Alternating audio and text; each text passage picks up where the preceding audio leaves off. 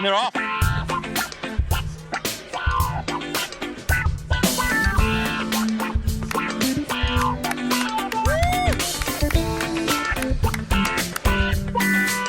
Here we go. Further Faster, the best independently owned outdoor store in the known universe. Whether you're out heading, climbing, paddling, tramping, running adventures, bike packing, look no further than Further Faster for all your gear and expertise. Head to 57A Buchan Street, Sydenham, Ōtautahi, Christchurch, or hit them up at furtherfaster.co.nz. Something like Further Faster, they're in Christchurch. Rocky is hairy and so is Badger. Jules is nice and Jacob is delicious. Go to Further Faster now. Oh, Further Faster, they're in Christchurch. Rocky is hairy and so is Badger. Jules is nice and Jacob is delicious. Go to Further Faster now. Dirt Church Radio. Episode 289 of the Dirt Church Running Podcast. Dirt Church Radio Running Podcast. I'm Matt Raymond. And I am Eugene Bingham. Tēnā koutou katoa. No mai, hoki mai. We remember who we are, I think. I think we do. Yeah, that's right. It's fair enough because there's been a lot going on. There's been a lot going on. Yeah. Yeah, there's been a lot going on in my head. Yes, literally.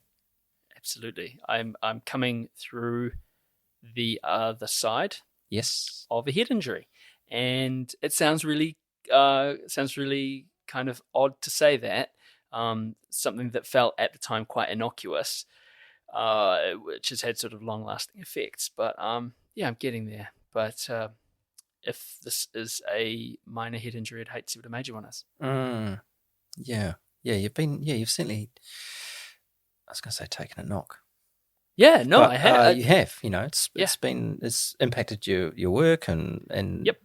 life in general, and the amount of Absolutely. times that I've messaged you and said, "How you going?" And you've said, "I'm nauseous." It's like, Yeah. wow, it's not fun, is it? No, it's not fun at all. And, and perfectly, frankly, aware that, with my access and health literacy, that I'm getting the best care and under a team and doing all that sort of stuff, and that I have it very, very lightly. So, plodding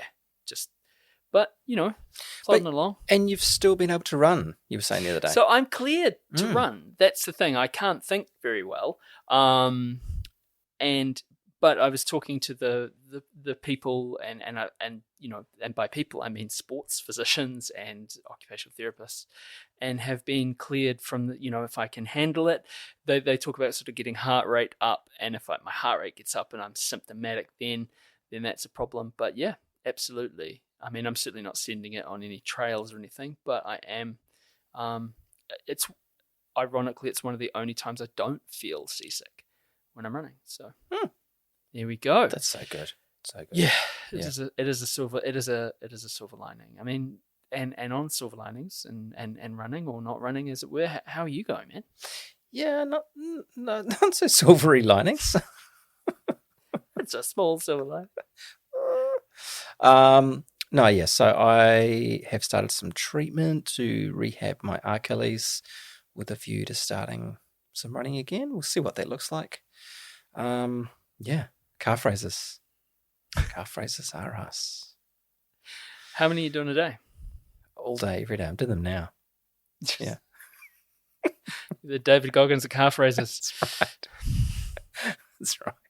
All I'm going to be is an enormous set of calves. That's it. I wonder what the world record for calf raises is. I might Google that after this. Yeah, I don't think I need to be doing that. But yeah, so that's me, and stretching and stuff. So that's where we are at the moment. Hopefully That must be so frustrating. Yeah, just a little bit. Just going to sugarcoat that. No, and no. And it's slight progress. So yeah. So more not quite sure power what the to you, destination is, but it is progress towards something. So we'll see. But last week I had a cold, so I didn't go swimming. So I've just been doing exercises in the garage. There we go. I'm here for it, man. I'm here for it. Yeah. Hard news out of the South Island. Yes.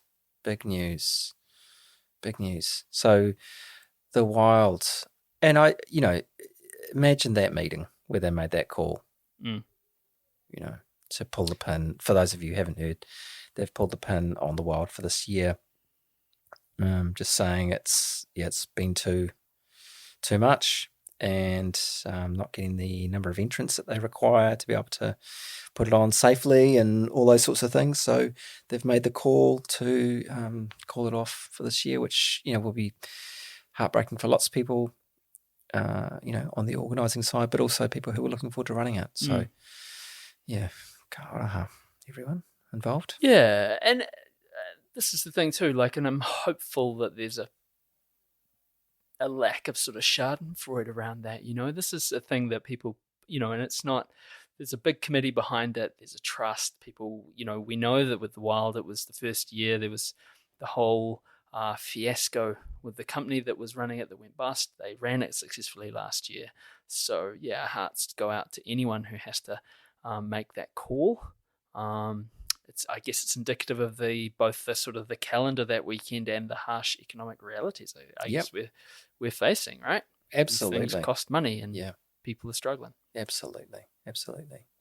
Hey, a couple of amazing performances in Europe to note. So in the extremely competitive Sierra Zinal mountain race in Switzerland, 31 Ks with 2,200 metres of vertical gain. Let those numbers sink in. Caitlin Fielder, our multiple guest on DCR and a DCR favourite, finished 10th, which she was absolutely stoked with, especially after saying in a race preview that it wasn't the kind of race for her and it was mostly uphill and she didn't really like uphills, she liked downhills, so she'd kind of sworn off it. But she lined up and came away with 10th, which she was stoked with. So the Sierra Zinal's biggest story this year surrounded the women's winner, and I'm taking this from I Run Far, Joylene Nago, of Kenya, who it was her first ever trail race. It was her first recorded race since running in school. She's given birth to 2 children and then lost 30 kilograms and decided to run again. And this was her debut in the world of trail running. And not only did she win, but she went and smacked down. So she won by 8 minutes, which in the context of Sierra Zinal is huge. The men's winning margin was 2 seconds. And that was a sprint finish. Have a look at the video if you can find it. Some bloke called Killian Jornet got there. But amazing performance. That race just punches above its weight, not above its weight. It is the heavyweight champion of the world in terms of your kind of knockdown, drag out, 31K. And Killian Jornet, I mean, if anyone saw Anton Krupicka's Instagram post on it, and there was a photo of Killian hugging the second place finisher, and it just said, "This effing guy," he just continues to be right up there, like the bell curve is him coming down the other side. We haven't seen it yet, really. No, that's right. And we've all known that he's got the endurance legs, obviously, but he laid it down in that sprint finish. Yeah, it was a ding dong. So amazing. Woo. Yeah. Little guy by the name of David Houndschmidt set a record in the Swiss Alps 150K race, 5 hours, 38 minutes and 52 seconds. Flying doctor, getting around in Europe. That's so cool to see. And check out his Substack. Yeah, he's really keeping good. it updated. Yeah, absolutely. I was just going to mention too, I've been enjoying the Olympics, of course, and amazing performances from the New Zealand athletes. And the finish of the women's marathon featured Ruth Croft-esque scenes of elbows flying in the finishing straight. Yeah, about 200 metres to go, the elbows came out. I must admit, I haven't, with my schedule and aversion to the screen medium, haven't been keeping my eye that much on the Olympics, but shout out to Ray Gunn. Oh, yeah. I'll leave that one there. No, but you got to love it, right? Like, run what you brung and go full send, Yeah. The annals of it, was it Eddie the Eagle, the Eel? What was the Eel? Can't remember. The dude from the Eric. Eric the Eel and Ray Gunn, the holy trinity of Yeah. I'll celebrate Sfia Hassan, who in that women's marathon race won the gold, having won bronze in the 5 and 10K. So incredible. Yeah.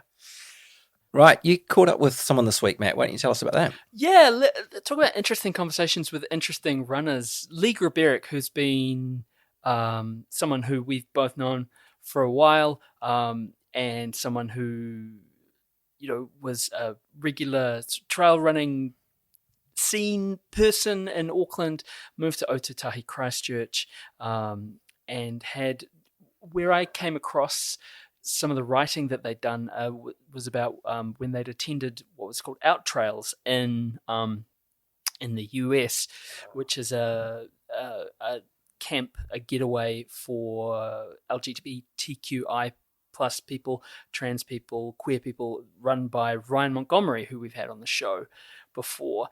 And Lee, who pronouns are they, them, and identifies as non-binary, signed up for this, got a scholarship and went and has written some other amazing articles. And so we had a good old chat about being first and foremost a runner and their desire to just basically send it and run really competitively, and then their experience as a trans person in the space. And it is a hell of a conversation, and one that I heartily enjoyed.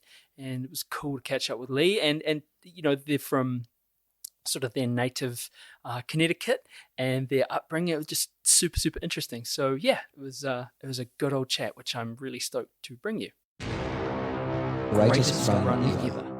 Greatest run ever. Greatest Run Ever, brought to you by Squad Run. Give their 4-week special coaching trial a go. You can find the link on the website, which is www.dirtchurchradio.com. Now, this is the part of the show where we ask you to write into us and tell us your greatest run ever. It doesn't have to be a race or a mountain summit. Might just be a run around the block. Something that's sung to you for some reason. Send it in to us at dirtchurchradio@gmail.com. This is from James Bodycoat. Long-time Squatty member here, just shared the story on a Squatty post, and it was suggested I share it with you guys where you listen to your Squatty mates. My best runs ever. I think mine might actually be 2 different training runs where stuff just felt together unplanned. You know, the ones where you just head out the door and a K or so in, you realize, holy moly, I'm on here. Best go with it because you never know when you'll feel this way again. My greatest run ever would be a half at my local oval where I set out for a set time but quickly realized I was on way ahead of that target and just ended up holding on for dear life and absolutely smashed my 10, 15 and half marathon PB by a lot. Another one was on a hill segment we have locally. There's an 8K round trip, which is 4K there, 4K back, and has 230 meters of vert, which is nothing to sneeze at. Anyway, about a K in, I realized I was going a lot quicker than normal, but I felt at ease, so I went with it and treated myself. Ended up smashing my PB there and took a crown we all thought locally was unobtainable. In an event, my best would I think would be this SCC, the last time I did it back in 2021. Went off the back, not much running through the month leading in due to a dicey knee. My wife and I fully expected at best I'd reach the halfway point and need to quit, and I did the first leg super cautiously and was 35 minutes slower on leg 1 than the year before. Anyway, got to the end of leg 2 and felt fine, so kept going and not only reeled back in that 35 minutes slower first leg, but ended up another 45 minutes ahead overall compared to my previous year for an 80-minute turnaround from the end of leg 1 onwards. There's a common theme there, which is when you're on, you're on. Absolutely. That is absolutely, isn't it? Those beautiful moments when you do feel it and you just got to go with it, don't you? Because you don't know when they're going to strike again. Awesome, James. Thank you so much.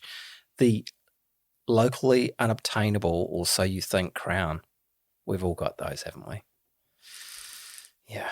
So good on you for cracking that. Anyway, thank you, James. Have a read of James's greatest runs ever on the website, www.dirtchurchradio.com, and then send us your one into us, dirtchurchradio@gmail.com. Right. All right, on with our chat with Lee Grabarek. Enjoy.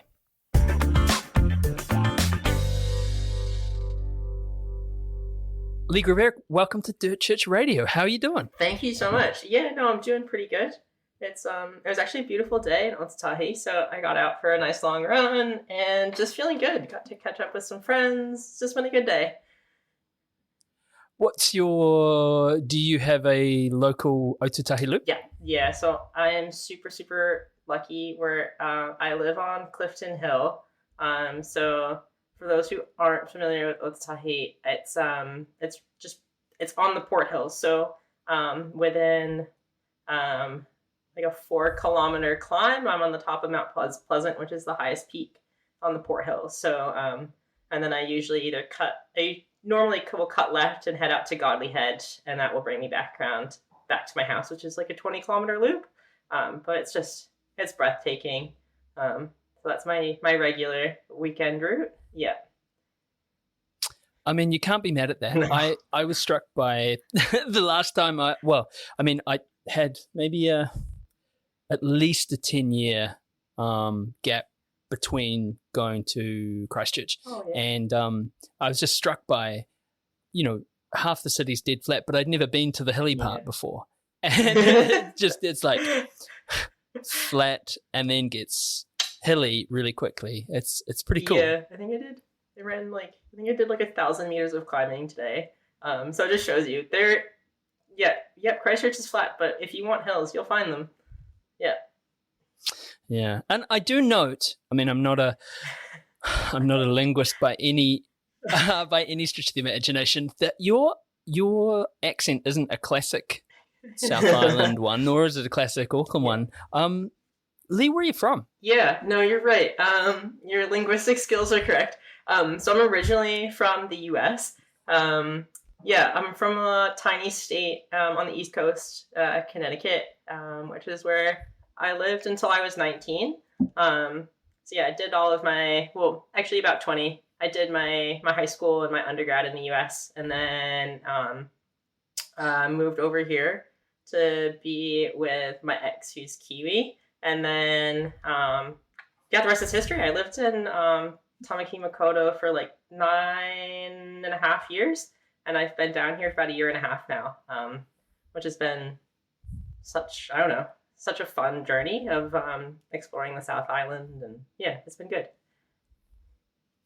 That's cool. And did you like running and trail running? It's such a niche thing, especially in such a small community like Aotearoa, New Zealand. Yeah. Is it something? Was it your first taste of the sport when you got here, or were you doing that pre coming to New Zealand? Yeah, that's a really good question. But I think I did quite a bit of trail running in my undergrad. So I was kind of a similar situation actually, where I did my undergrad next to some really amazing hills. And it wasn't really, it wasn't like a thing. This was like 2012, 2013, where trail running was a thing, but I wasn't calling it trail running, where I'd go off for 2 hours and run in the woods and then come back.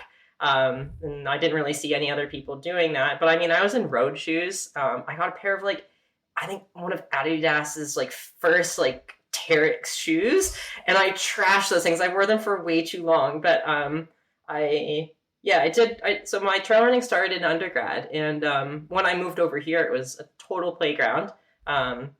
Especially because I had first moved over before the Rahui and the Waitakere, so I did a bit more. So I guess I've been trail running since I was 19, 20. Yeah. It's amazing that you said I did it in road shoes. It's like, you can.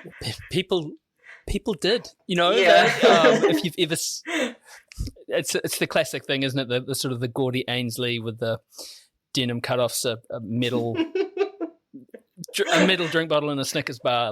That's the It's funny how niche it's become now. Hey, and you can do everything, but one of the. It almost feels like you're transgressing slightly, doesn't it? If you go for a trail run and road shoes. Oh, 100%. It's like a forbidden pleasure. Yeah, when I'm feeling a bit alty, maybe I'll go out in my road shoes and plow through the Port Hills. It's true though. I work 2 days a week at Frontrunner Colombo, and it's just really interesting to hear how niche the trail shoes and the trail running world has got. You can get literally we have shoes now that are designed almost for specific races. When I see a shoe, I'm like, oh, the Hoka Tecton, clearly designed for Western states. So it's incredibly niche now. and to have a Snickers bar on a run instead of a Mortein gel is really counterculture. Yeah. Just sprinkle a little bit of baking soda on the top of it, just to, keep up with the current, knowledge. I mean, it's how the gravel shoe. I mean, you're a runner. This is a running podcast. We'll smash into it. Yeah. I mean, are you selling? What are we? 18 months behind the trend, like the gravel shoe thing. Shoes. That's a thing too. It's not a trail shoe. It's not a road shoe. It's a gravel shoe. Yeah, the door to trail gravel shoe. We sell a lot of those. I think especially down here because it's pretty easy access. For a lot of people, especially if they live on the base of the Port Hills, where they do want something like door to trail, creamy gravel trail shoe. I was out in my creamy gravel trail shoes today. Probably wasn't the best pick, but we sell those for sure, and they're really popular. And I think that the running shoe world has really hit a good market with that. Just like gravel bikes, right? People probably are mostly get a run on them on the road, but it's still making the money. Look, I won't. I'll put my hand up. I went for a long run in my challenges today, nice, there you go. And I do. I run from home to the trails, and it's perfect. It's perfect. Excuse me. You're good. Sorry. High production values. I just knocked over my water bottle on the floor there. So, I mean, what got you interested in running? What was it like? Or if you want to, what was it during your undergrad year that, were you a sporty kid growing up? Yeah. Or was it something that kind of, what was your first sort of, what sparked these kind of sojourns into the woods? I was a super outdoorsy kid. My dad, I'll give him full credit for this. My dad had me outside as much as humanly possible. He's like, if you think of like the true American outdoorsman, it's him. Like he does archery, he does like fly fishing, ice fishing, skiing, like he does it all. And I did all of that alongside of him as a kid. So I got a lot of exposure to being outside, and that's where I always had the most fun. But it's a really roundabout way of getting into running. But I was running like middle school, intermediate age. I was a middle distance runner, and I did the 800, and I was pretty good at it. But the reason I started running then was I had this really far-fetched dream as a kid that I was going to be a professional downhill skier. I watched downhill skiing so much as a kid, and I read in a magazine that my dad had, like a ski magazine, that the best training for off-season skiing is cycling.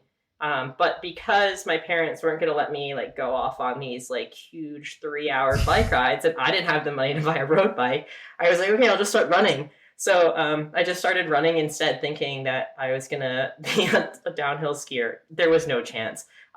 Like the closest mountain was still like 2.5 hours away. But yeah, that's how I started running. And that was when I was like 12 or 13, and I haven't really looked back.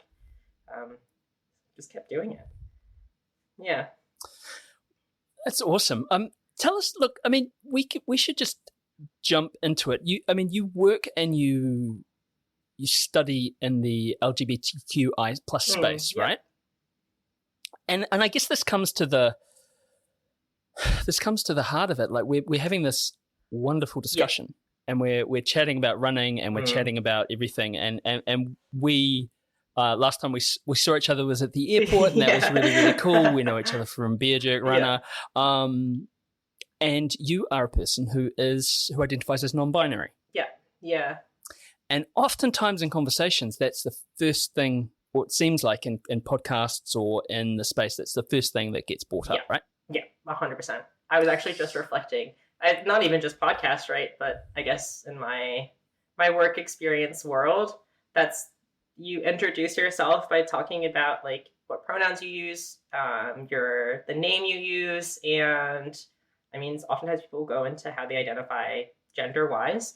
Like that's not uncommon at all. And I was like, I do always notice. I'm like, we didn't start that way. No, it's not. It's a completely neutral thing. But anyways, yeah, you were going somewhere with that, Matt. I was going somewhere, and it's a really great thing to kind of, when we did the outline of the conversation, I put at the bottom, you know, you want to have an interesting conversation with an interesting runner. So that's why we got you on, because you have an interesting story, you're an interesting person, you've got this. But I feel like there's that well-meaning urge to kind of put so much pressure on that up front that it kind of robs one of the authenticity of the story, you know, like, and how do you balance that? Is that like my kind of middle-aged liberal bias, or is that, is that us just being aware that in the space, this is really like, this is part of the gestalt now, right? Yeah. I mean, that's a tension I feel daily, because I was reflecting on this earlier, and the hard part about this is like, super paradoxically, I don't ever, like, gender means absolutely nothing and everything to me. Like, when I'm not in a conversation like this, or if I'm not in a space or with people who might think that my gender is like something really different, or something that challenges the status quo, or just something to articulate, I don't think about my gender. Like, that's not something I think about on a minute-to-minute basis. But it's only when I'm in these positions where I'm like, okay, what are your pronouns, where I actually ever think about my gender, which is, it's fine and it's helpful, right? Because then we're all on the same page of like what we need out of this, right? Like, I need people to use like these pronouns because they feel best for me. And it's helpful for people maybe to know a little bit about my gender identity, or like what names I use. Like, that's all really helpful. But I think it does make people quite nervous sometimes when that is articulated so explicitly, because then the spotlight is, okay, I can't mess this up. And if I do, like, maybe I'll look like a real transphobic or homophobic person, and that's not me. Or like, I just want to make sure that, like, they're in good hands in this conversation, you know, like, they're not going to judge me. And I think that's where it gets tricky, because then the conversation focuses less on the, like, it sometimes can lead into like, I'm going to focus on just not messing this up, rather than like, I want to have a conversation about like the intricacies of being a human in the world. Because that's what we do share, right? So it's really hard. It's a really tricky place to navigate. And I do that too, like in talking with other trans and queer people, like that's something I think about. But at the same time, I'm like, but we shouldn't have to talk about this. Simultaneous tension. I love that you said that, you know, that's the thing, like, and that must be really challenging for some people, because this is such a culture war. It's such a hot button issue for a lot of people, and a lot of people get super challenged by it. The fact that you don't wake up non-binary. You don't wake up in a non-binary way. You wake up the same way that every other human being wakes up. Or if you're eating a bowl of oatmeal, you're eating a bowl of oatmeal. Yeah. If I'm going for a run, I'm just going for a run. You know, like, I'm not thinking about this stuff. I know it might sound really wild, but I really don't. But there is that paradox, right? Yes. Like, you spoke about, you know, I read an article that you had written, and you were running with a friend and talking about entering more races. And one of the things that struck me was the phrase, "You should just." Yeah. You should just.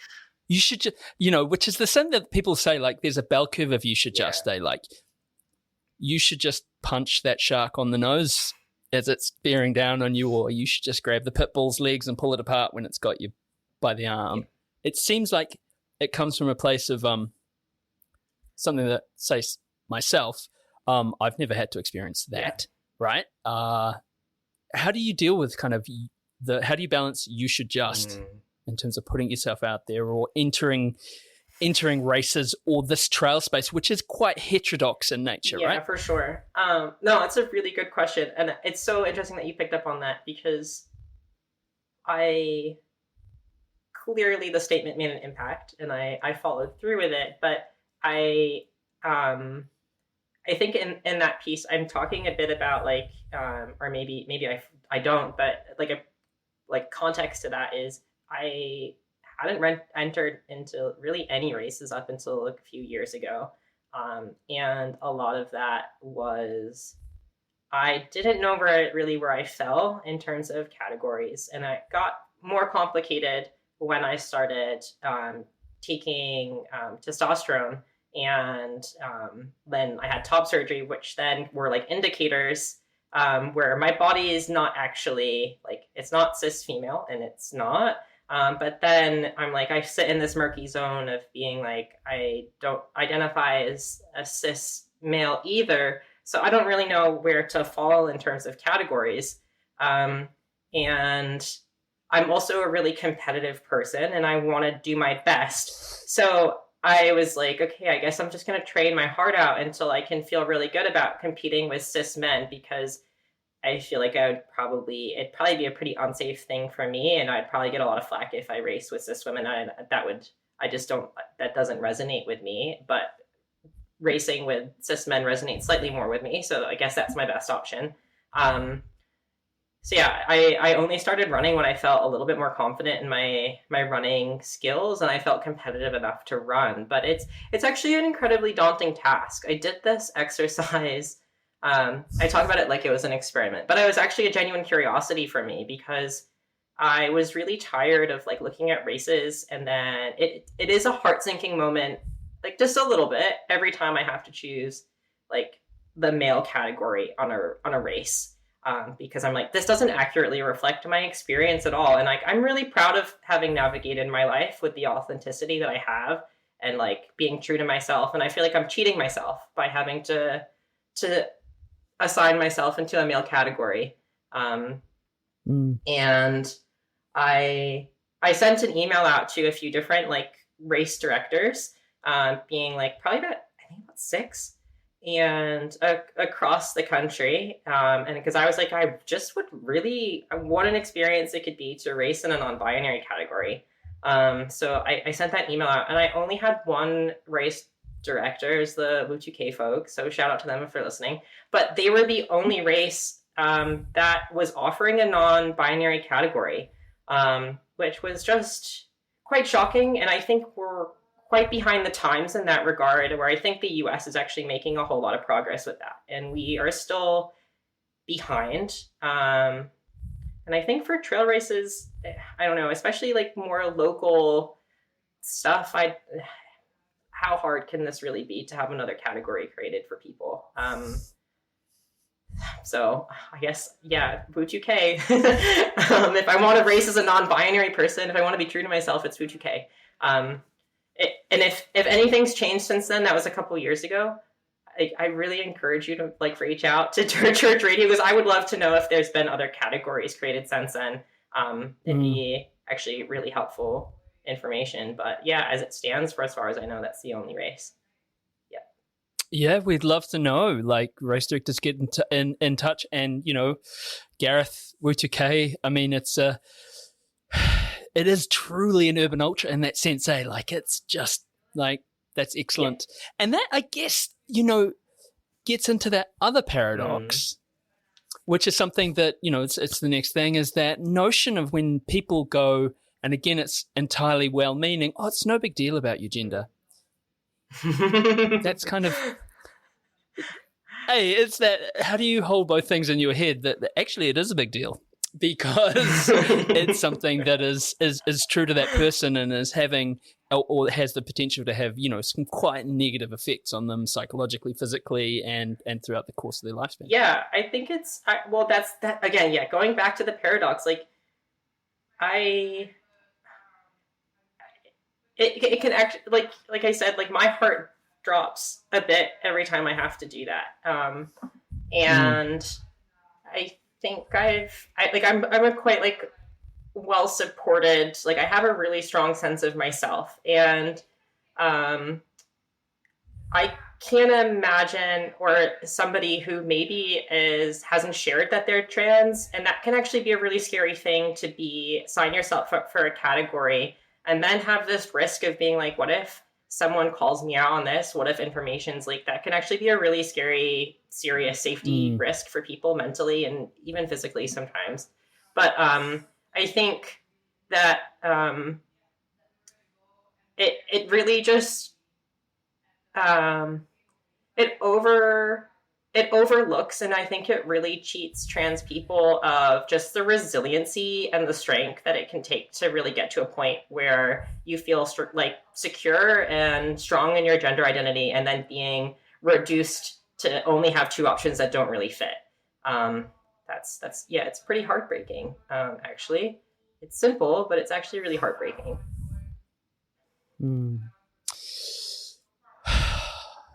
Yeah. I mean, it's simple and it's heartbreaking, and it's something I was talking about it with Rebecca, my wife, when we were running today. Yeah. We both work in the mental health space, and we both have been doing it for a very long time, and it is a gestalt. The mental health, it keeps up with the gestalt of the gestalt is of the times, yeah. Right? And we were reflecting that when we started in mental health, 25 years ago, which is frankly terrifying, that it wasn't the experience, or we weren't seeing people come through. It was more sort of it wasn't the gender issues, it was issues of sexuality, and how that now has changed, that, someone's sexuality or someone's sexual orientation, or on whatever spectrum that lands, in lots of ways for lots of communities, is now, it feels more by the by than it was, in terms of sort of driving people to the gates of insanity and death. It's interesting, isn't it, how times have changed. Do you think that there will get to a point where people's expression of their gender will get to that space as well? Yeah, I think so. I think I think Gen Z is really getting it right. I work with young people in the mental health world, and it's always super encouraging me. Like they're still really being tried. Like trans young people are still really being tried and hurt by society in a lot of ways. But I think that within circles, they're talking a lot more, and there's a lot more openness and conversation about being trans, and it's not uncommon. It's something that I think most kids now, they probably do know a trans kid at their school or a non-binary kid, and maybe if they don't know that they're trans or non-binary, there probably is kids at their school who are trans and non-binary. So for sure, it will certainly shift. I just wish it wasn't as rocky and turbulent as it has been.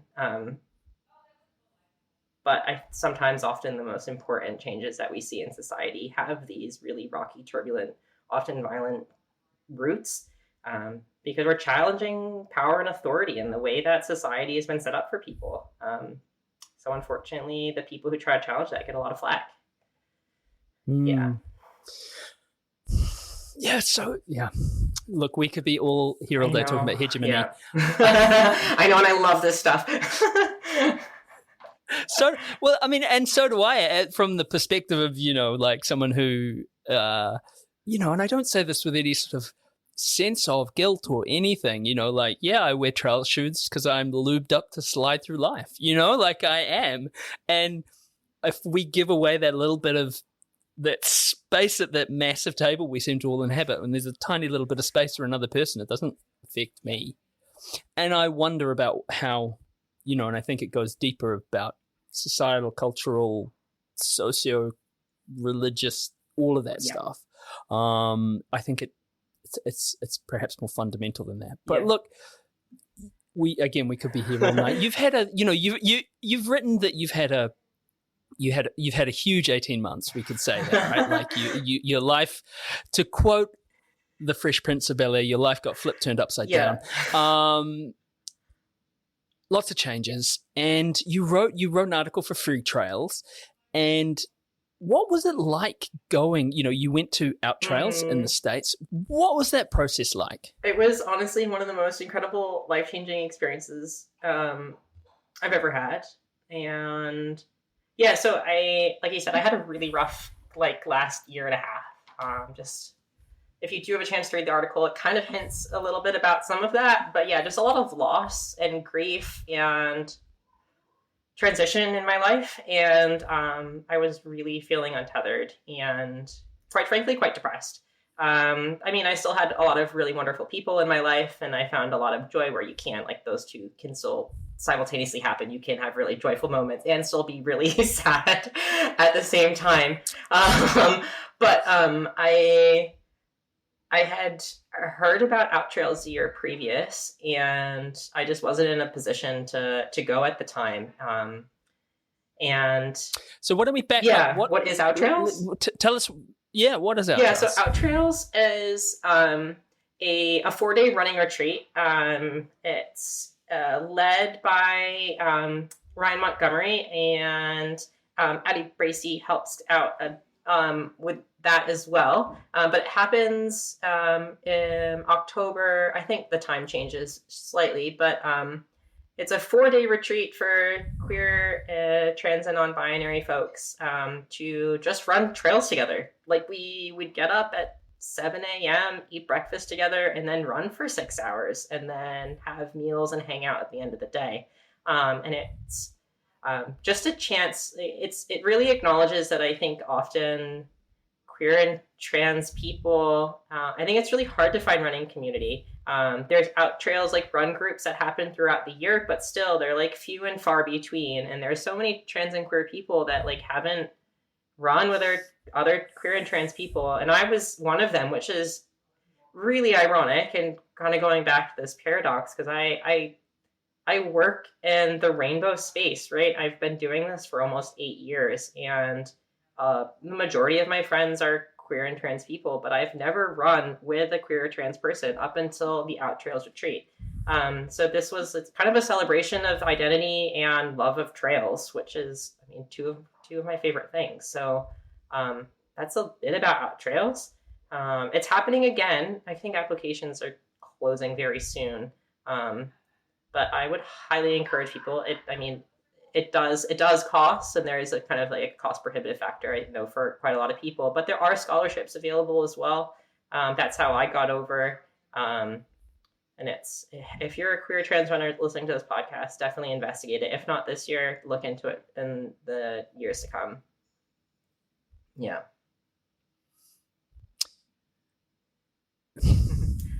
How did it happen? Yeah, how did that happen? I was just and I guess what I was reflecting on is, like, I was thinking about Beer Jerk Run Club, right? And I believe did we meet at Beer Jerk Run Club, or we probably met in the forest, or we met through mutual friends and we ran. It, like, Beer Jerk Run Club's cool, super cool, and inclusive, and, you know, again, it's for It's not that space. Yeah. And it's cool and comforting. And, you know, I was running with Harry and Billy on the weekend, and we're just like, it's so nice to see each other, and it's so nice to kind of fit into that space again.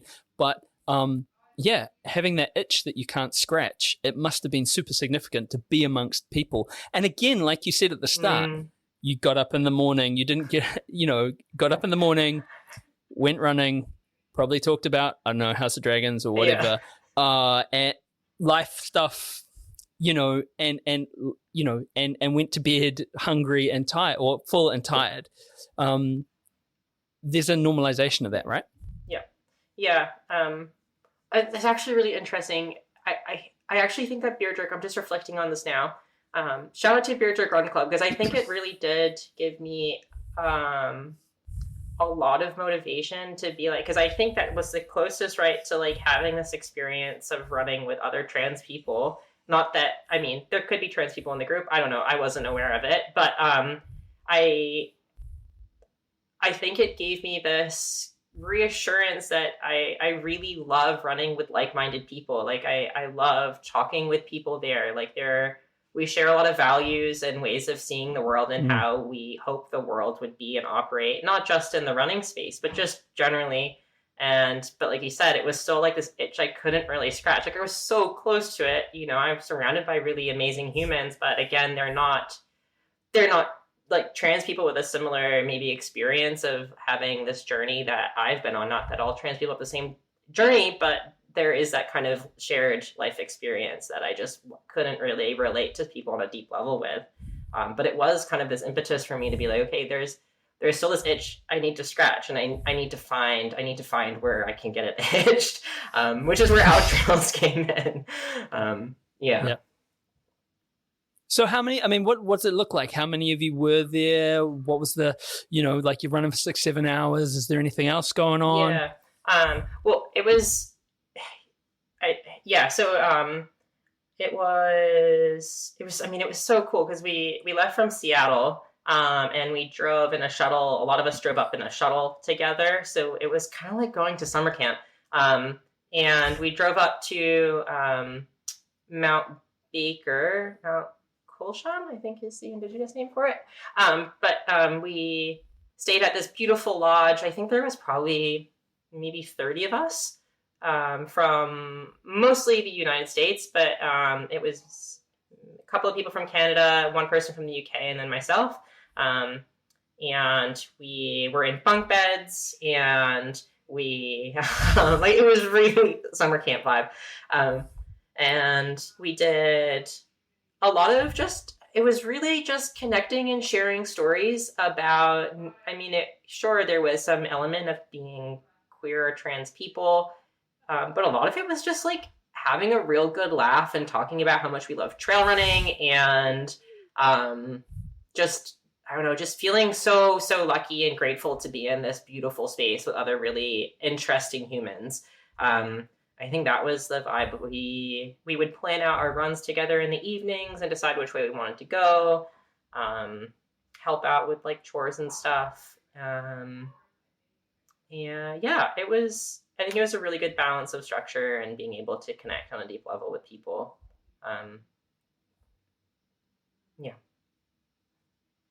Something that you'd like something that you'd hope could be replicated in if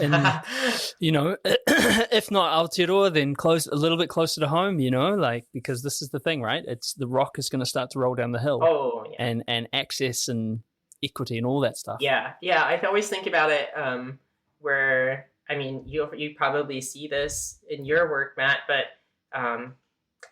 this whole thing, it's not really a thing. Like, people have been trans since the beginning of time, and queer since the beginning of time. But I think that there's only, as this becomes more normalized, as we were talking about earlier, there's only going to be greater numbers of queer and trans people who feel safe enough to share that part of themselves, and they're going to be looking for spaces to connect with other people who share similar experiences. So this isn't going away.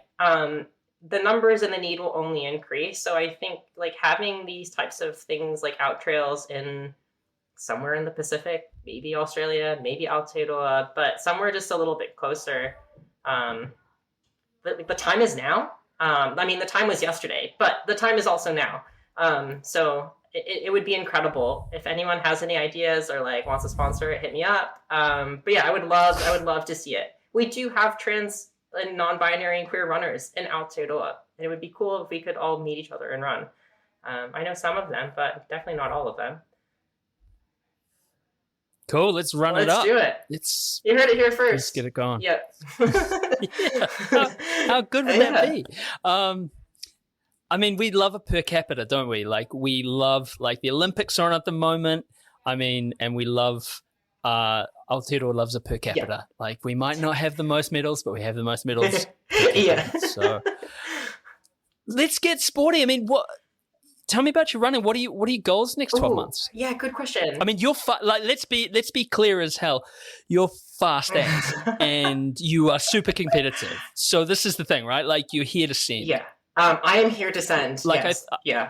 Yeah. I didn't used to own that, but I think I'm at a place now where I feel comfortable enough to say that. Like, if I run with you, I'm going to try to beat you. So to be clear, if you ran with me, you'd beat me. No. Because we would just like hang out in the woods, so it'd be fine. Don't pity me.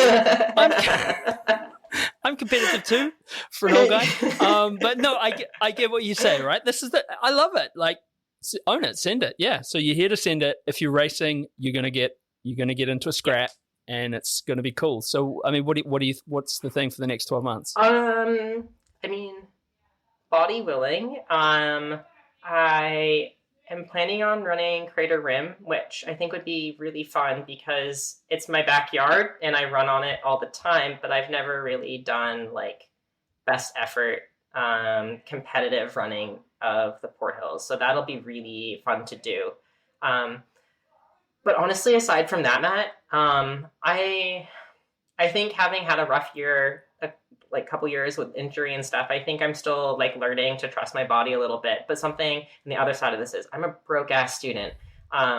Being in my final few months of my master's is really hard to afford for races that are like now $300, $400. So I'm finding it'll probably be like more like smaller like halves. I've also leaned into that, like shamelessly being like, yeah, I trail run, but I actually don't want to do like huge, massive ultras, like distances competitively. So that being said, probably some local halves over summer, but I really want to do some like self-supported stuff. That's going to be my goal this summer. So I'm looking at St. James, maybe the Heafy, what's the other one on the West Coast that I've been looking at? Oh, that's a great walk. I'm blanking on the name now. The Paparoa. Yeah.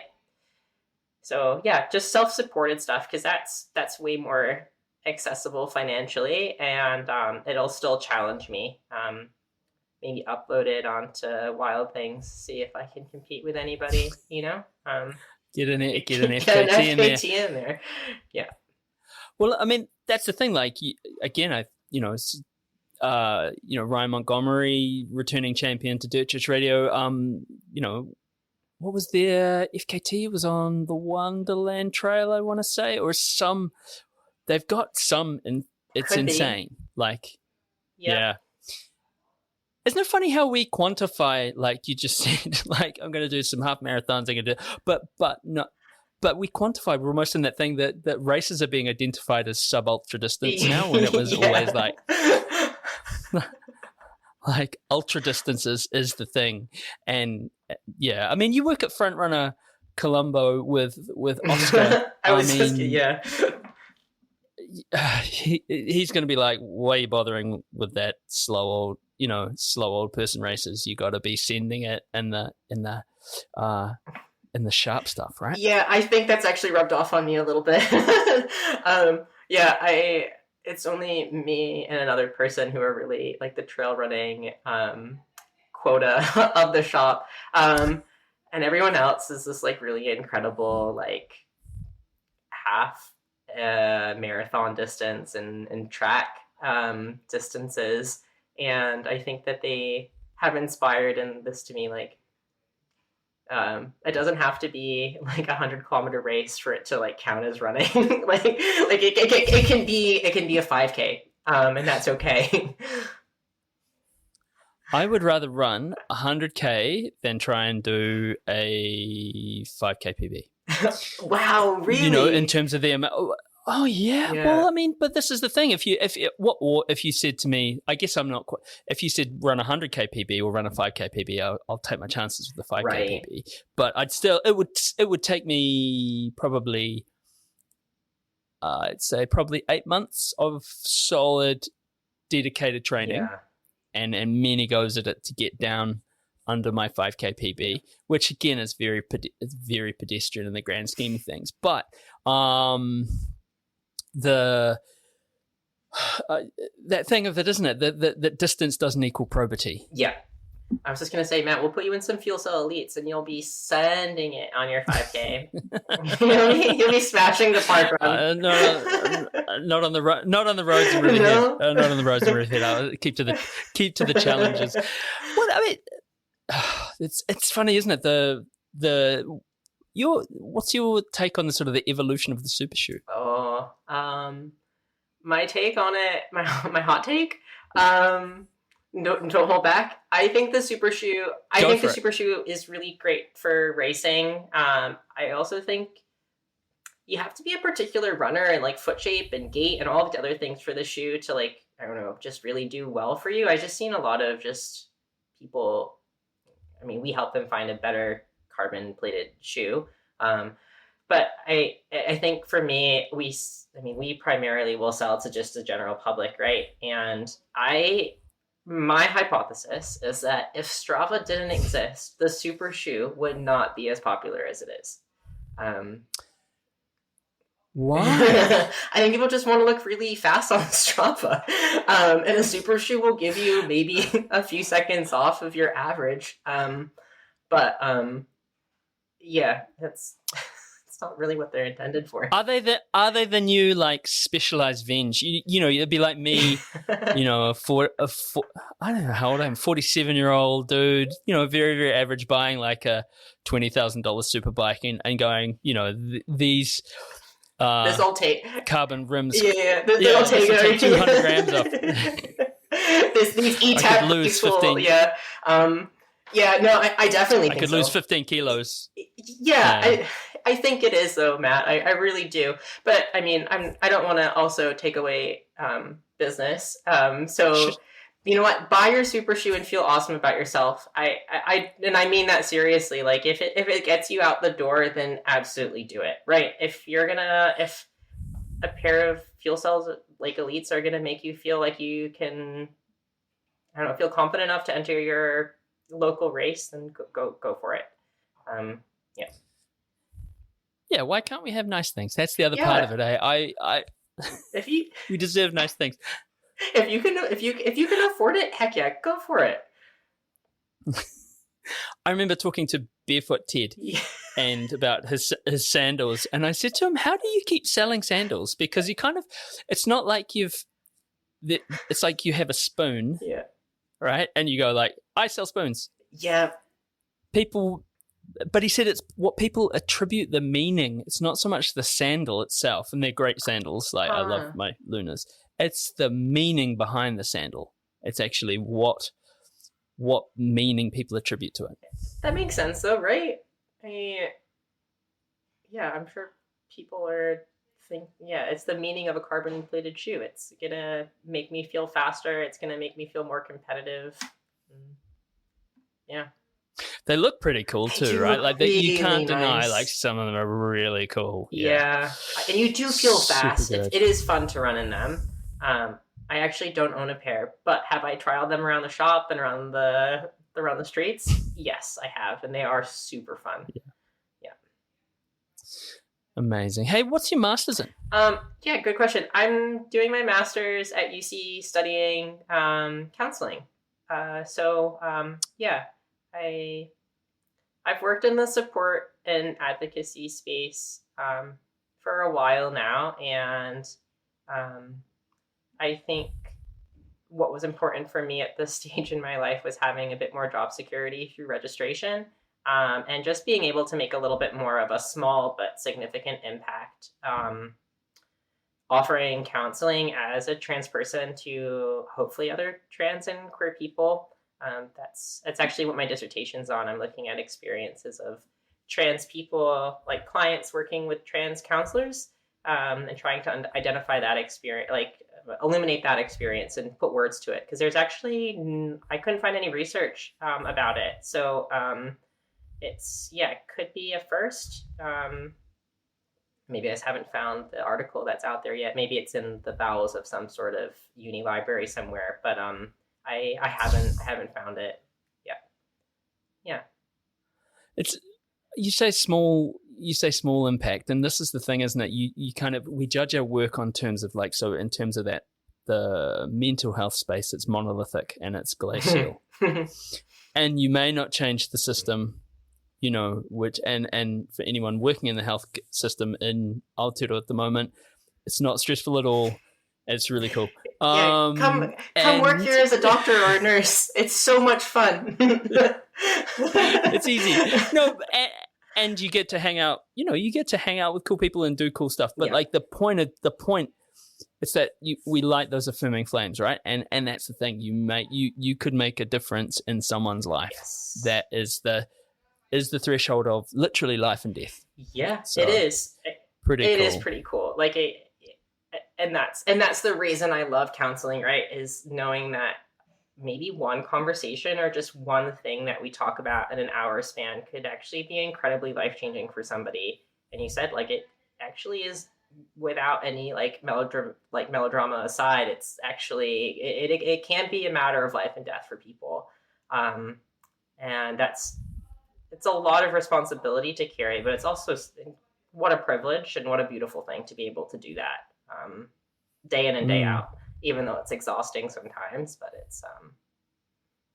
it's also really invigorating. Yeah. And so, I mean, is Ōtautahi somewhere that you're down at UC at the moment? You're looking at your masters. Once that's done and dusted, are you sticking? Is this where you kind of home for now? Or? Yeah. It's home for now. I don't really see too much changing. I was contemplating perhaps moving overseas, just for some fun. But I'm actually thinking now, what's important to me is just get more stability, beef up my savings a bit, and just really sink my teeth into, like, I think sometimes when we live in Aotearoa, we just get caught up on like, oh, there's so much of the world to see and there's so many beautiful places to see. But honestly, we live in one of the most beautiful places in the world. And I need to just be present and be really thankful for that. So I'm really leaning into that now. I do see myself staying in Ōtautahi. I mean, my Auckland days were fun, but I feel a real sense of groundedness here, that I just want to keep pursuing and keep feeling. I can't really place my finger on exactly what that is, but I have an incredible like group of like people like all over the country, but I've really built up a little like close-knit crew down here, and I just want to spend some more time with them. Awesome. Yeah. And what distance are you looking at? What distance are you looking at for Crater Rim? I'm looking at the 30K. I think that's actually going to be a real sweet spot for me, because Matapu, I placed pretty well, and then my last race that I did was in like early May, and that was a half, and I placed well there. So I'm thinking that 30 could actually be a really, really good distance for me. So yeah, I guess let's watch this space. We'll see how I do. I'm excited. I mean, I will be down at the race. Cool. So yeah. So I'm going to be commentating, and also Rebecca's doing the 50K, so there'll be a bit of crewing and all sorts of stuff in that. But cool. And for anyone who doesn't know, if anyone's listening not from Aotearoa, go to Crater Rim, check out the vista is incredible. But 30K at Crater Rim, 50K at Crater Rim is not a normal 30K or 50K, even from a trail race perspective, right? Like it's, and you think about also like, these are all bridle paths that people like did like a 6-month voyage from the old country and got off, and they're like I'm not saying they had scurvy, but they're in wool clothing, and then they had to carry their stuff up over from Littleton. Yeah. I think about that quite often because I live close to Evans Pass, and that was, I mean, and I live right between Evans Pass and Bridle Path. And I think about that. I'm like, oh man, like I'm just complaining running up this, but can you imagine like having like, I don't know, a horse and buggy and like carrying up vats of water and bags of food? Oh my gosh. We have it lucky, us trail runners. Horse and yeah. Yeah, we do. Horse and I always think that like horse and buggy if you're lucky. I also remember like, I don't know if you ever saw when you were running out in Riverhead, you'd see those dudes doing the pack marches or going for special forces selection. They've got like gas masks on and like their full kit and like a pipe. Yeah. So they can't carry a gun, so they got a pipe. And we sort of just jog past them like it's pretty we got nothing to worry about. I always looked forward to seeing them because it was always when I needed it the most, when I was like 26 kilometers in, and I was like, I'm so tired of listening to this same playlist, and I'm so thirsty, and I just want like a nice cold beer after this. And they went out there for like 4 hours. I'm like, you have nothing to complain about, Lee. No, it's a nice little bit of perspective. Yeah. Look, Lee, it's been incredible to catch up with you. It's been incredible, going through your story, and so stoked to see you at Creative Rim. But I wanted to finish off with the question that we ask every person who comes on Dirt Church Radio, and that's Lee Grabarek. What's been your greatest run ever? See, I thought about this, and I, as a Dirt Church Radio listener, I'm like, I something about like saying a race like doesn't sit well with me. I'm like, I don't know, but actually, it's your question. My question. I know, I'm judging myself. I have a lot to work through. I think that the most recent really meaningful run for me was Ōtautahi, and I think that for me it was coming off of a really challenging year, and running was a real beacon for me throughout that time, and having Ōtautahi in the future that I was training for was something that I held really closely and I put so much effort into. And the other really cool part about this is over the last couple years, I've had a lot of really incredible people in the running world, like physios, podiatrists, coaches, just like other runners, right? We have Out Trails. I got the real privilege of also being able to meet Corinne Malcolm. It was super cool. Like I've had last year was so hard, but I got to meet so many awesome people that really helped me on my running journey. And it felt like Ōtautahi was a real celebration of all those people. I think sometimes it can get really easy to get caught up in, like, as a runner being like, I'm going out for my runs by myself. This is all me, like I'm putting in the hours, I'm putting in the blood, sweat, and tears. But there's so many people that have helped us to get to these places of being able to do this, whether that's like a family member or, I don't know, colleagues. There's so many people out there trying to help us to accomplish these goals. And Ōtautahi was just a real celebration of that. And I had some of my best friends at the finish line for me who came down to Queenstown, Arrowtown to just, like, I don't know, be there at the end and cheer me on. And yeah, it was just a really beautiful, exhausting, but beautiful moment. Definitely one of my greatest runs ever, I think. Yeah. Beautiful. Yeah. Look, Lee, thank you so much. Thanks, thank you for what you bring to the community, and it's been cool to talk to you, have a proper catch up. Last time it was literally ships in the night. For coincidence? I think not. You were going, True. I was going for Ōtautahi, and that's still suffering, still getting over the effects of that head knock that I took, but worth it, I guess. And also with it to support a race that supports like contemporary viewpoints, inclusivity, and and also takes place on some of the most badass trails super around. Badass. So, hit me up if you're ever down here. We'll go for a little spin in the hills. Anyone else listening? Let me know. Tour guide.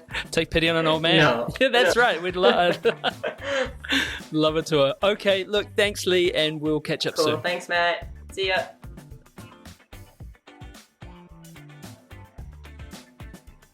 What I'm always struck with when speaking to people who have a different experience than me as just a regular old middle class white dude is how we talked about itches that you can't scratch, and how most itches I have I can scratch.